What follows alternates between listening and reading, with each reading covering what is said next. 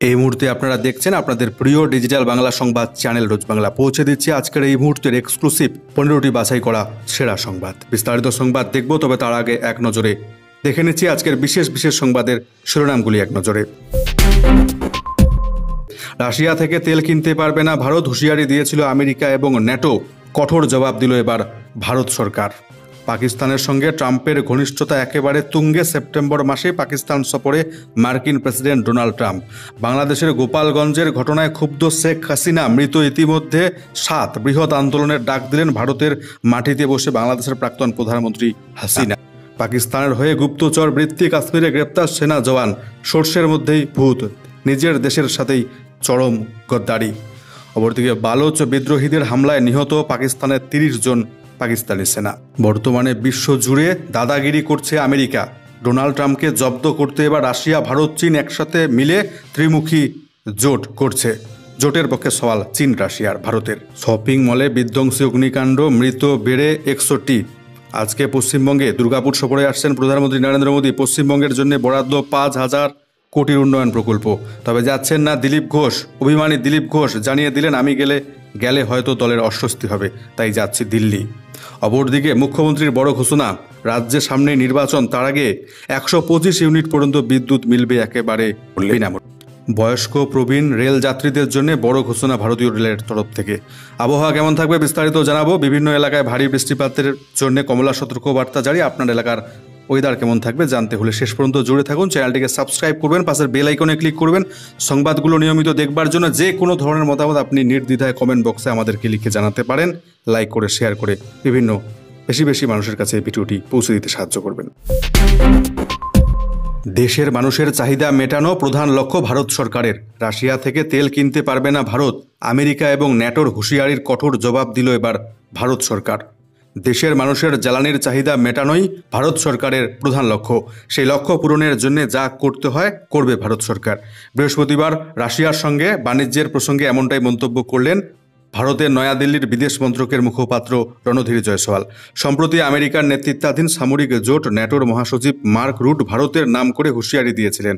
জানিয়েছিলেন, রাশিয়ার সঙ্গে বাণিজ্য চালিয়ে গেলে তার ফল ভুগতে হবে ভারতকে।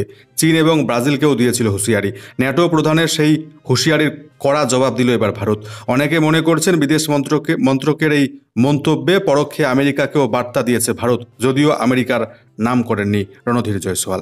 বৃহস্পতিবার সাংবাদিক বৈঠকে নয়াদিল্লির বিদেশ মন্ত্রকের মুখপাত্র রণধীর জয়সওয়াল জানিয়েছেন একথা। রাশিয়ার সঙ্গে ইউক্রেনের যুদ্ধবিরতি নিয়ে দীর্ঘদিন আলোচনা চালাচ্ছে আমেরিকা।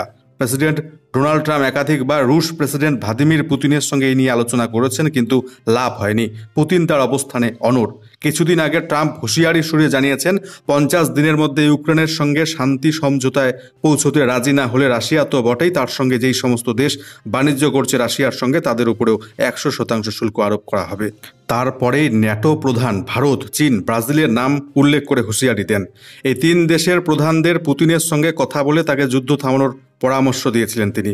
মার্ক বলেছিলেন, আপনি যদি চীনের প্রেসিডেন্ট, ভারতের প্রধানমন্ত্রী কিংবা ব্রাজিলের প্রেসিডেন্ট হন এবং নিষেধ সত্ত্বেও রাশিয়ার সঙ্গে বাণিজ্য চালিয়ে যান, তাদের থেকে তেল গ্যাস কিনতে থাকেন, তাহলে কি হতে পারে আপনি জানেন? মস্কোয় যিনি বসে আছেন তিনি যদি শান্তি আলোচনাকে গুরুত্ব না দেন তাহলে আপনাদের বিরুদ্ধে কড়া ব্যবস্থা নেওয়া হবে। সুতরাং দয়া করে পুতিনকে ফোন করুন, যুদ্ধ থামাতে বলুন। ন্যাটো প্রধানের এই বক্তব্য প্রসঙ্গে বৃহস্পতিবার রণধীর জয়সওয়ালকে প্রশ্ন করা হয়েছিল। তিনি বলেন, আমরা এই বিষয়ে বেশ কিছু রিপোর্ট পেয়েছি, পরিস্থিতির দিকে কড়া নজর রাখছি। পাকিস্তানের সঙ্গে মার্কিন প্রেসিডেন্ট ডোনাল্ড ট্রাম্পের ঘনিষ্ঠতা একেবারে তুঙ্গে। সেপ্টেম্বর মাসেই পাকিস্তান সফরে মার্কিন প্রেসিডেন্ট। আগামী সেপ্টেম্বর মাসেই পাকিস্তান সফরে যাচ্ছেন মার্কিন প্রেসিডেন্ট ডোনাল্ড ট্রাম্প। ইসলামাবাদের দুটি সংবাদ মাধ্যম এমনটাই জানিয়েছে, যদিও পাকিস্তানের তরফে সরকারিভাবে এই বিষয়ে কিছু জানানো হয়নি। যদি ডোনাল্ড ট্রাম্প সত্যি পাকিস্তানে যান তাহলে 2 দশক পর এটাই হবে কোনো মার্কিন প্রেসিডেন্টের ইসলামাবাদ সফর। 2006 সালে তৎকালীন মার্কিন প্রেসিডেন্ট জর্জ বুশ পাকিস্তানের মাটিতে পা রেখেছিলেন। তারপর থেকে আর কোনো মার্কিন প্রেসিডেন্ট পাক সফরে যাননি। প্রসঙ্গত, ভারতের পহেলগাঁও কাণ্ড, অপারেশন সিঁদুরের পর ডোনাল্ড ট্রাম্প এবং পাকিস্তানের সখ্য একাধিকবার প্রকাশ্যে এসেছে। এই পরিস্থিতিতে মার্কিন প্রেসিডেন্টের পাকিস্তান সফর যথেষ্টই তাৎপর্যপূর্ণ বলে মনে করা হচ্ছে।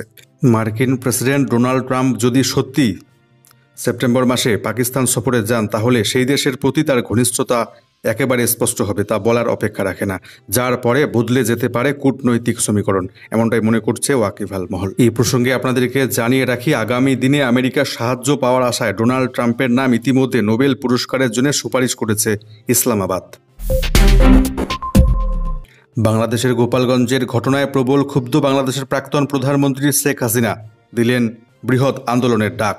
বৈষম্য বিরোধী আন্দোলনের বর্ষপূর্তি হিসেবে বুধবার বঙ্গবন্ধু শেখ মুজিবুর রহমানের জন্মস্থান গোপালগঞ্জে পদযাত্রা সভা করতে গিয়ে ব্যাপক অশান্তি হয়েছে। প্রবল ক্ষোভ প্রতিরোধের মুখে পড়েন ছাত্র নেতারা। তাদের কর্মসূচি ঘিরে কার্যত রণক্ষেত্র হয়ে ওঠে গোপালগঞ্জ।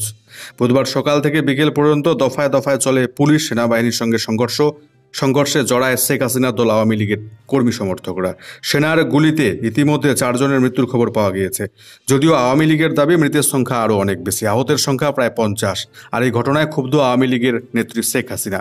এক অডিও বার্তায় তিনি ভারত থেকে বলেছেন মোহাম্মদ ইউনূসের বাসভবন পর্যন্ত লং মার্চ করতে।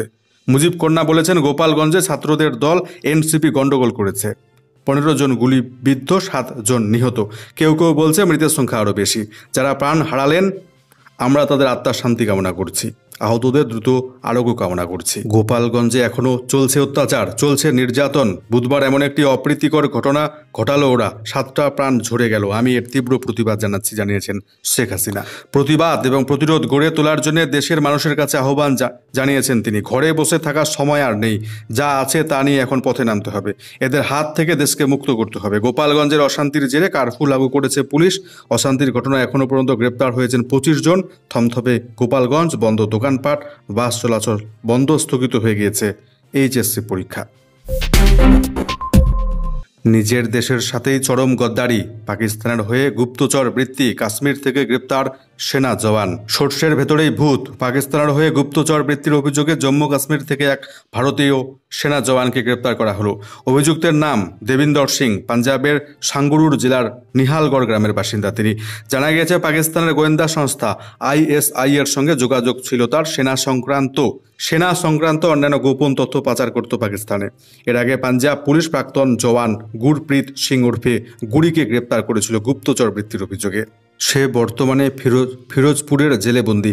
তাকে জেরার সময় দেবিন্দরের কথা জানতে পারেন তদন্তকারীরা। এরপরে অভিযান শুরু করে পাঞ্জাব পুলিশের স্টেট স্পেশাল অপারেশন সেল। গত 14 জুলাই জম্মু এবং কাশ্মীরের বারমুলার উড়ি থেকে আটক করা হয় দেবিন্দর সিংকে। পুলিশ জানিয়েছে দেবিন্দর এবং গুরপ্রীতের আলাপ হয় 2017 সালে। পুনেতে সেনার প্রশিক্ষণের সময় তাদের দেখা হয়। পরবর্তীতে দুজনেই সিকিম, জম্মু কাশ্মীরে বিভিন্ন পোস্টিংয়ে ছিল, একসঙ্গে কাজও করেছিল। সেই সময় গোপন সামরিক নথিপত্র হাতে পায় তারা। সেই নথি পাকিস্তানে পাচার করেছে ওই 2 ভারতীয় সেনা জওয়ান। বালুচিস্তানে ফের বিরাট বড় ধাক্কা খেল পাকিস্তানি সেনা। 29 জন সেনাকে হত্যা করল বালোচ বিদ্রোহীরা। বৃহস্পতিবার বালোচ লিবারেশন আর্মি বা BLA ও বালোচ লিবারেশন ফ্রন্ট বা BLF তারা দাবি করেছেন গত দুদিনে 2 গোষ্ঠীর হামলায় অন্তত 29 জন পাকিস্তানি সেনা নিহত হয়েছে। যদিও পাক সেনাবাহিনী ওই দাবি মানতে নারাজ। সেই দেশের সংবাদ মাধ্যম সূত্রে খবর, গত 15 জুলাই সেনাবাহিনীর একটি গাড়িকে লক্ষ্য করে IED বিস্ফোরণ ঘটে। বালুচিস্তান প্রদেশের কিলাদ জেলার খাজিনাই এলাকায় কোয়েটা করাচি হাইওয়েতে ওই ঘটনাটি ঘটেছে। এর পরদিন 16 জুলাই আরও একটি হামলা হয়। BLF এর দাবি এর জেরে মেজর সৈয়দ রাপ নওয়াজ তারিখ সহ 6 জন সেনার মৃত্যু হয়েছে। অন্যদিকে আরেক বিদ্রোহী গোষ্ঠী BLA এর তরফে জানানো হয়েছে 16 জুলাই তারা 2টি বড় হামলা চালিয়েছে। একটি করাচি থেকে কোয়েটাগামী সেনার বাসে, অন্যটি পাক সেনার গাড়িতে। তাদের দাবি এই 2 হামলার জেরে 20 জন সেনার মৃত্যু হয়েছে। পাক সেনা হতাহতের ঘটনা স্বীকার করেছে, তবে মৃতের সংখ্যা কত সেটা স্পষ্ট জানায়নি পাকিস্তান সেনাবাহিনী। বর্তমানে বিশ্বজুড়ে বিভিন্ন দেশের ওপর শুল্ক বোমা নিক্ষেপ করছেন মার্কিন প্রেসিডেন্ট ডোনাল্ড ট্রাম্প। আমেরিকাকে এবার জব্দ করতে এক হচ্ছে, জোট গড়ছে রাশিয়া, ভারত এবং চীন। ত্রিমুখী জোটের পক্ষে সওয়াল করলেন চীন। আমেরিকাকে জবাব দিতে এবার রাশিয়া ভারতের সঙ্গে ত্রিপাক্ষিক সম্পর্ক মজবুত করবার পক্ষে সওয়াল করল চীন। সম্প্রতি রাশিয়া, চীন, ভারতের ত্রিমুখী জোটকে পুনরুজ্জীবিত করতে উদ্যোগী হয়েছে মস্কো বা রাশিয়া। বৃহস্পতিবার সেই উদ্যোগকে সমর্থন জানিয়েছে বেজিং। চীনা বিদেশ মন্ত্রকের পক্ষ থেকে জানানো হয়েছে এই জোট শুধু 3 দেশের স্বার্থেই কাজ করবে না, আঞ্চলিক স্তর সহ আন্তর্জাতিক নিরাপত্তা স্থিতিশীলতার জন্য কাজ করবে। সম্প্রতি রুশ বিদেশ প্রতিমন্ত্রী আন্দ্রেই জানিয়েছেন, সেই দেশের এক সংবাদ মাধ্যমে তিনি দাবি করেছে মস্কো RIC জোটকে পুনরুজ্জীবিত করবার চেষ্টা করছে। ইতিমধ্যে বেজিং এবং নয়াদিল্লির সঙ্গে এই বিষয়ে আলোচনা হয়েছে। তিনি বলেছেন, আমরা চাই 3 দেশের জোট নতুন করে কার্যকরী হোক, কারণ এই 3 দেশ ব্রিক্সেরও গুরুত্বপূর্ণ প্রতিষ্ঠাতা। মস্কোর সেই উদ্যোগকে স্বাগত জানিয়েছে বেজিং। চীনা বিদেশ মন্ত্রকের মুখপাত্র লিন জিয়ান বলেছেন, চীন, রাশিয়া, ভারতের জোট শুধু 3 দেশের স্বার্থই রক্ষা করবে না, শান্তি, নিরাপত্তা, স্থিতিশীলতাও বৃদ্ধি করবে। গত অক্টোবর মাসে রাশিয়ার কাজানে ভারতের প্রধানমন্ত্রী নরেন্দ্র মোদীর সঙ্গে বৈঠক করেন চীনের প্রেসিডেন্ট শি জিনপিং। তারপরে 2 দেশের পরিস্থিতি স্বাভাবিক হয়েছে অনেকটাই। চলতি সপ্তাহে এসসিও বৈঠকে যোগ দিতে বেজিং গিয়েছেন ভারতের বিদেশমন্ত্রী এস জয়শঙ্কর। তারপরেই কার্যত আমেরিকাকে হুঁশিয়ারি দিয়েছে চীন। তথ্যাভিজ্ঞ মহলের মতে, আন্তর্জাতিক মঞ্চে আমেরিকার দাদাগিরি কমাতে RICর এই জোটের পুনরুজ্জীবন চায় 3 দেশ, রাশিয়া, ভারত এবং চীন। পাশাপাশি মস্কো এবং বেজিংয়ের সঙ্গে ভারতের সম্পর্ক ভালো হলে পাকিস্তানকে কোণঠাসা করা অপেক্ষাকৃত সহজ হবে ভারতের পক্ষে। ইরাকের শপিং মলে বিধ্বংসী অগ্নিকাণ্ড। কুদ শহরের ওই ঘটনায় অন্তত 61 জনের মৃত্যু হয়েছে। মৃতদের মধ্যে রয়েছে অনেক মহিলা, শিশু।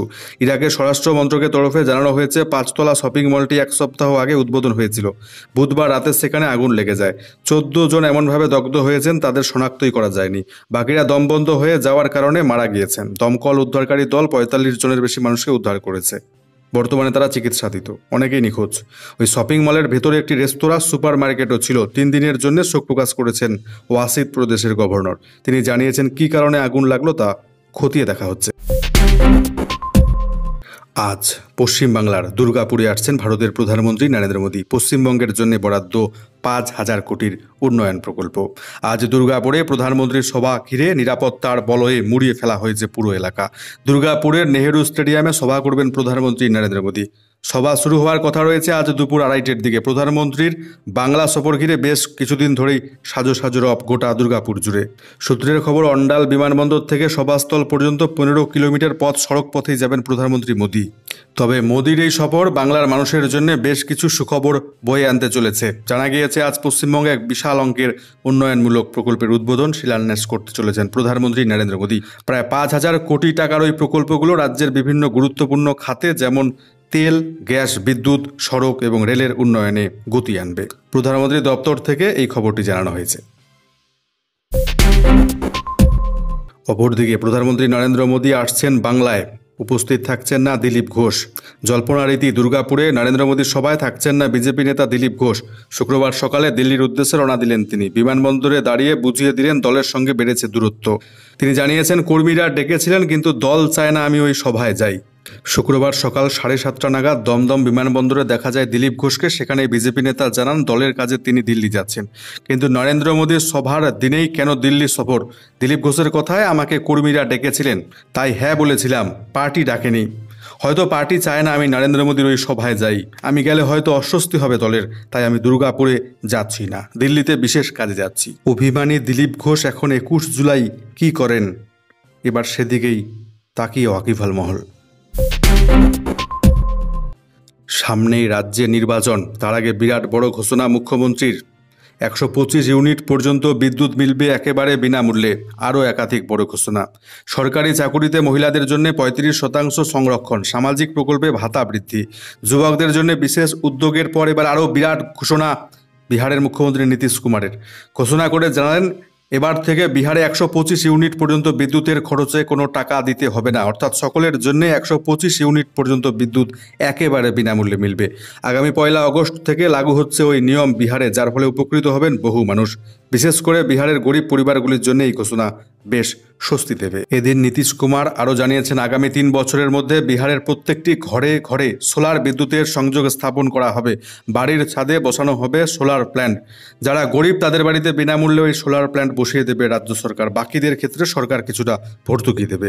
কুটির জ্যোতি যোজনার আওতায় ওই প্রকল্পের রূপায়ণ হবে বিহারে। তবে শুধু বাড়ির ছাদেই নয়, সৌরশক্তির ব্যবহার বাড়াতে রাজ্যের রাস্তার মোড়ে ল্যাম্পপোস্টেও সোলার প্ল্যান্ট বসাবে বিহার সরকার। এবার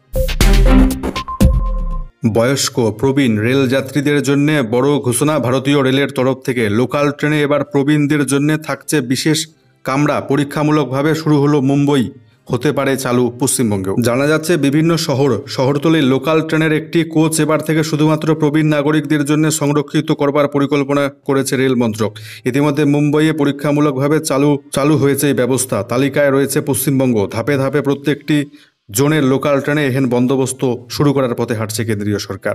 অর্থাৎ বর্তমানে লোকাল ট্রেনগুলিতে মহিলাদের জন্য আলাদা কামরা রয়েছে, প্রবীণদের জন্য কোনো আলাদা কামরা নেই। বয়স্ক প্রবীণদের জন্য এবার লোকাল ট্রেনগুলিতে আলাদা কামরার বন্দোবস্ত করছে ভারতীয় রেল।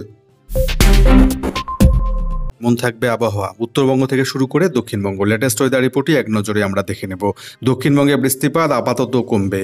আগামী সপ্তাহে ফের নিম্নচাপের আশঙ্কা। আগামী 24 থেকে 25 জুলাইয়ের পর দক্ষিণবঙ্গের ওপর ফের একটি নিম্নচাপ সৃষ্টি হবে। সেই সময় ফের ভারী বৃষ্টিপাতের সম্ভাবনা দক্ষিণবঙ্গের জেলাগুলিতে। তবে আপাতত হালকা মাঝারি বৃষ্টিপাত চলবে দক্ষিণবঙ্গের জেলাগুলিতে। আজ উত্তরবঙ্গের কোনো জেলাতে ভারী বৃষ্টিপাতের সম্ভাবনা নেই, বিক্ষিপ্তভাবে হালকা মাঝারি বৃষ্টিপাত চলবে। পরবর্তী 24 ঘন্টা অর্থাৎ শনিবার নাগাদ উত্তরবঙ্গের দার্জিলিং, জলপাইগুড়ি, কালিম্পং, আলিপুরদুয়ার, কোচবিহার জেলার কিছু কিছু স্থান জুড়ে ভারী বৃষ্টিপাতের জন্য হলুদ সতর্কবার্তা জারি রয়েছে। রবিবার উত্তরবঙ্গের দার্জিলিং, জলপাইগুড়ি এবং আলিপুরদুয়ার এই 3টি জেলাতে ভারী থেকে অতি ভারী বৃষ্টিপাতের জন্য কমলা সতর্কবার্তা জারি করেছে আবহাওয়া দপ্তর। অন্যান্য জেলাগুলিতে সেই সময় হালকা মাঝারি বৃষ্টিপাত চলবে।